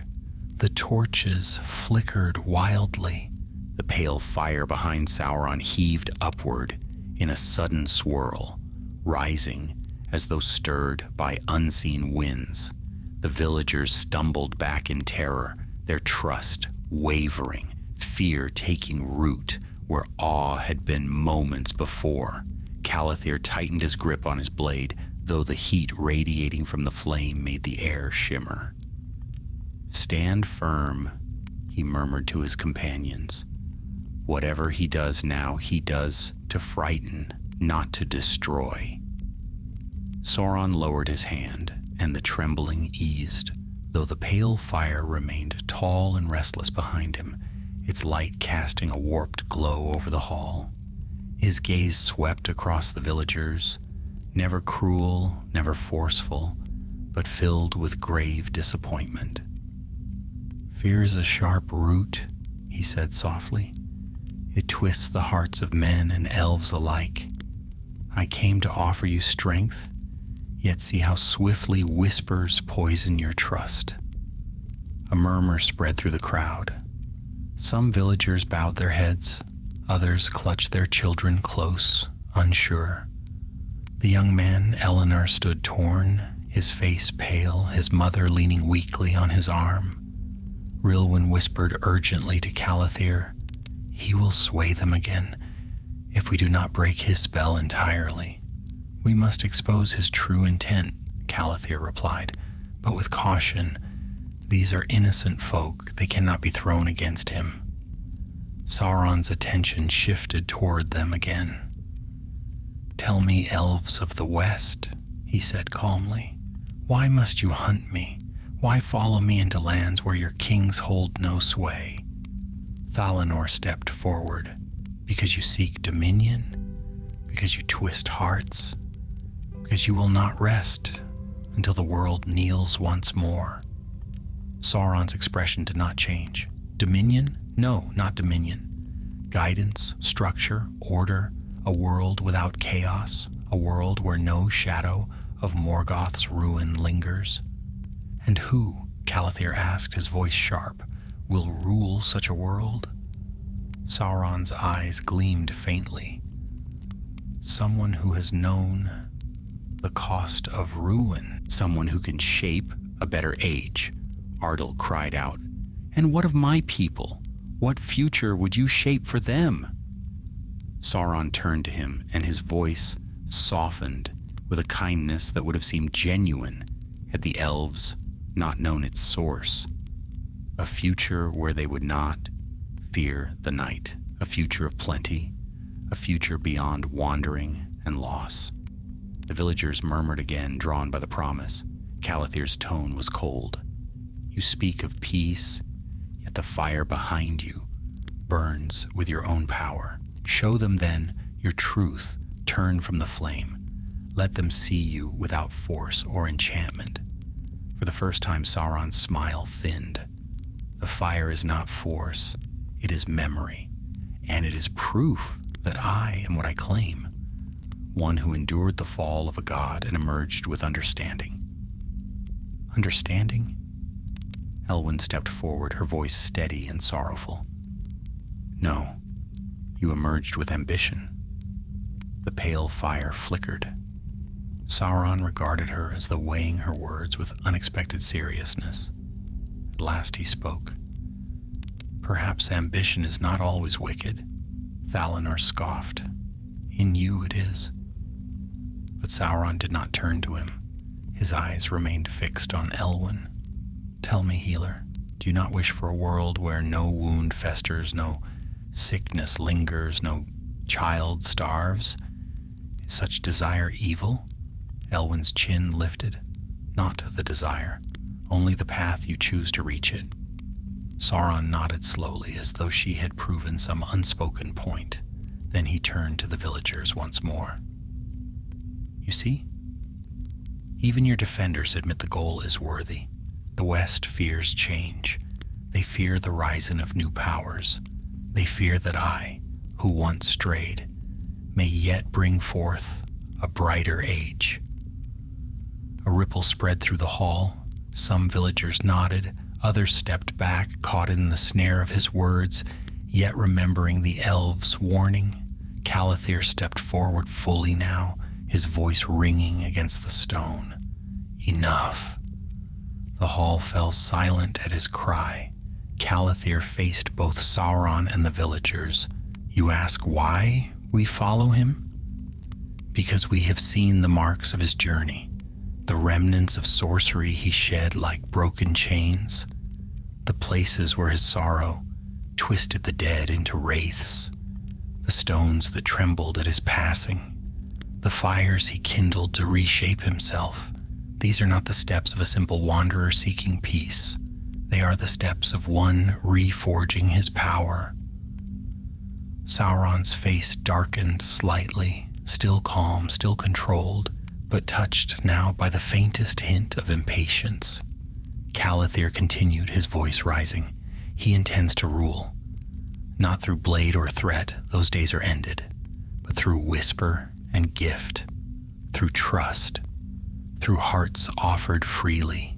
He will guide you, yes, straight into the chains he designs. The villagers whispered anxiously. Sauron took a single step forward, the fire behind him bending as though drawn by his movement.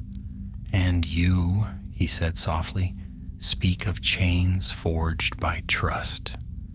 Tell me, elf, do the Valar rule through trust? Do your own kings? Or do they command distant and unbending? If I offer guidance freely without force, why must it be evil? Calathir met his gaze. Because you do not offer freely, you enchant, you persuade with unnatural charm. Your gifts demand loyalty, your kindness demands obedience. That is your way. For a moment Sauron's eyes flashed, a brief, sharp gleam of something old and dangerous. Then he spoke, his voice honeyed but laced with steel. You know my power, yet you claim I have enslaved no one. Are these people bound in chains? Do they kneel? Do they tremble? He extended a hand toward the villagers. Do any of you feel fear in my presence? Eleanor stepped forward. No, he said softly. You healed my mother. You offered us hope when we had none. His mother nodded weakly. You are kind. Sauron smiled gently, and in that moment, just as the tide seemed poised to turn irreversibly in his favor, Elwyn stepped forward. Then ask yourselves this, she said gently, addressing the crowd. Why must he cloak himself in power while pleading for trust? Why does he hide behind pale fire? If he is truly harmless, let him extinguish it. A murmur swept the hall. All eyes turned to Sauron. Calathir breathed a silent prayer. Sauron did not move. The pale fire roared quietly behind him, shimmering with the last fragments of his true nature, power he could not wholly hide. The hall grew still. Then Sauron spoke, his voice no longer soft, but cold, layered, ancient. I extinguish nothing. The villagers recoiled. Calathir's heart sank. Thalanor unsheathed his blade. Rilwyn mirrored him, and Elwyn raised her hand toward the villagers. Sauron lifted his own hand, and the pale fire behind him exploded outward in a ring of dazzling light. The pale fire burst outward in a gleaming arc, its brilliance filling the ancient hall like the dawn of some terrible new age. Villagers cried out and fell to their knees, shielding their eyes from the blinding radiance. The torches sputtered and died instantly, their small flames overwhelmed by the vast, shimmering wave. Calathir raised an arm against the glare. Stand fast, he shouted, though the words barely carried over the ringing pulse of sorcery. Thalanor braced himself beside a toppled pillar, pulling Rilwyn close so the blast did not sweep her from her feet.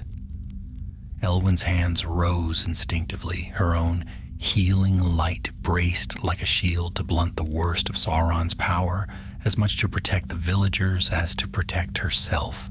The brilliant circle of fire struck the hall's worn stones, rippling across the walls like water over glass, and then slowly it dimmed, its intensity shrinking back toward the dais until it hovered behind Sauron once more, still fierce, still unnatural, but no longer overwhelming. Silence fell, heavy, trembling. Dust drifted from the rafters. Somewhere near the back of the hall, a child sobbed softly. Sauron stepped forward, the pale fire curling behind him, like the tail of some celestial beast. His cloak fluttered gently, as if moved by a wind no mortal could feel. His face, calm, beautiful, and terrible, was illuminated from behind, giving him the aspect of a statue carved of light and shadow. He looked upon the elves first, his voice low and perilously steady. You would tear from these people the hope they cling to, yet you offer nothing in return. What do you bring them, sons and daughters of the West? Warnings? Fear? The memory of war? His gaze swept to the villagers. You have seen what I am, not a tyrant of flame, but a being fashioned before your ancestors walked this land. I have known ruin and fire, but I do not bring ruin to you. He lifted his hand, and the pale fire shimmered softly. I bring knowledge. The villagers watched him with wide, uncertain eyes. Many trembled, yet many still leaned forward, drawn despite their fear. Calathir's voice cut through the stillness. Knowledge without wisdom is poison. Sauron turned slowly. Say rather, knowledge withheld is enslavement. For ages uncounted, the West hoarded secrets, leaving men to wander in darkness. I will not do so. I would raise them. Calathir's hand tightened around his blade. To what end? Sauron smiled faintly. To theirs, and to mine. Thalonor stepped forward, voice hardened by resolve.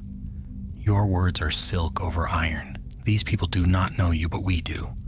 We saw what you left behind. The twisted dead in the marsh, the broken stone where you reforged your form, the echoes of ancient spirits who warned us against you. Sauron's expression shifted just a fraction. Annoyance, perhaps, or calculation. The dead in the marsh, he said quietly, were bound long before my passing. I merely stirred what lay restless. By your sorrow, Elwyn replied gently but firmly, by your struggle against what you once were. A pause followed, so fragile that even the torches seemed reluctant to breathe. Sauron looked at her for a long moment. Perhaps, he said. But know this, healer, I seek not destruction, Calathir replied, yet you will cause it. Sauron's voice sharpened. Only if I am hunted. The hall went still as ice. Then he stepped back toward the dais. Leave these people, he said, keeping his gaze fixed upon the elves. They have chosen their path. No, Calathir answered. They have been led to it. And what is leadership? Sauron replied softly, but guiding others toward the future. Calathir took a step forward. You seek dominion through devotion. Sauron tilted his head. Dominion or harmony? I do not crave a throne, not yet. But order must be forged, and who better to forge it than one who understands the chaos at the world's heart? We do not debate your philosophy, Thalonor snapped. We came to know where you fled after Morgoth's fall, and now we know. Sauron's smile vanished entirely. So, this is what you sought. My path, my transformation, my intent. Yes, Calathir said steadily, and we will return with this knowledge. Sauron's eyes narrowed, the pale fire behind him shimmering more fiercely for an instant. "And do you believe," he said with deadly quiet, "that I will allow you to depart with truths that might hinder the age I intend to build?" A stir rippled through the villagers. Some moved between the elves and Sauron as if to defend the one who had healed them. Others drew back, instinctively sensing the rising danger. Calathir spoke loudly so all could hear. "We do not carry weapons against men. Our quarrel is with him alone." Elwyn stepped forward, lifting her hands gently toward the nearest villagers. "Do not be swayed by fear. Stand aside. No harm will come to you." But Sauron raised a single hand, and every villager froze, as though caught by an invisible breeze, not trapped, not controlled, but held still by wonder and dread. "Enough," Sauron said. "You will not turn their hearts from me." Calathir lifted his blade in warning. "Let them go." Sauron's voice deepened with power. "I will not lose them." The pale fire gathered. Rilwyn moved swiftly to Calathir's side. "He means to strike." But before Sauron unleashed his power, the hall itself intervened. A deep rumble shook the ancient timbers. Dust cascaded from the ceiling. The great stone behind the dais cracked with a thunderous sound, splitting open along a fault older than the hall itself. Everyone staggered. Even Sauron faltered, turning sharply toward the collapsing stone. Elwyn gasped as the pale fire flickered wildly, its form destabilizing. A portion of the wall crumbled in a shower of stones. Calathir shouted, "Out! Everyone out!" Chaos erupted. Villagers rushed for the exits. The elves guided them, shielding them from falling debris. The pale fire lashed the air, wildly unfocused. Sauron stepped back from the crumbling dais, his cloak swirling as he fought to steady the powers around him. "Leave this place," Calathir commanded the villagers again. They obeyed with desperate urgency. Sauron retreated through a side archway as the hall shuddered violently. For an instant his gaze met Calathir's, furious, frustrated, and filled with cold promise. "You cannot stop what I shall become," he breathed, barely audible through the roar of collapsing stone. Then he vanished into the night. The elves and villagers fled through the main entrance as the final timbers buckled. A great pillar fell, sending up a cloud of dust as the hall began to fold in upon itself. Calathir was the last to emerge, leaping clear as the ancient structure collapsed behind him in a thunderous roar. Silence followed, heavy and unbroken. The villagers huddled together beneath the starlit sky, trembling. No one spoke. At last, Thalanor broke the stillness. He escaped. Calathir sheathed his blade slowly. "Yes, and now we know where he fled, and how he rose from ruin." Elwyn looked east, her eyes shadowed. "He will travel farther than men can follow. He will seek greater peoples, greater craftsmen, greater power." Calathir nodded. "Anatar's path lies before him, and though we could not stop it, we have witnessed its beginning." Ardil trembled. "And what shall we do now?" Calathir's voice was quiet, resolute. "We return to Lindon. The world must be warned." Behind them, the hall lay in ruins. Before them, the long road home stretched westward, beneath the stars. The tale of Sauron's disappearance had been uncovered, and the shadow of his return had begun.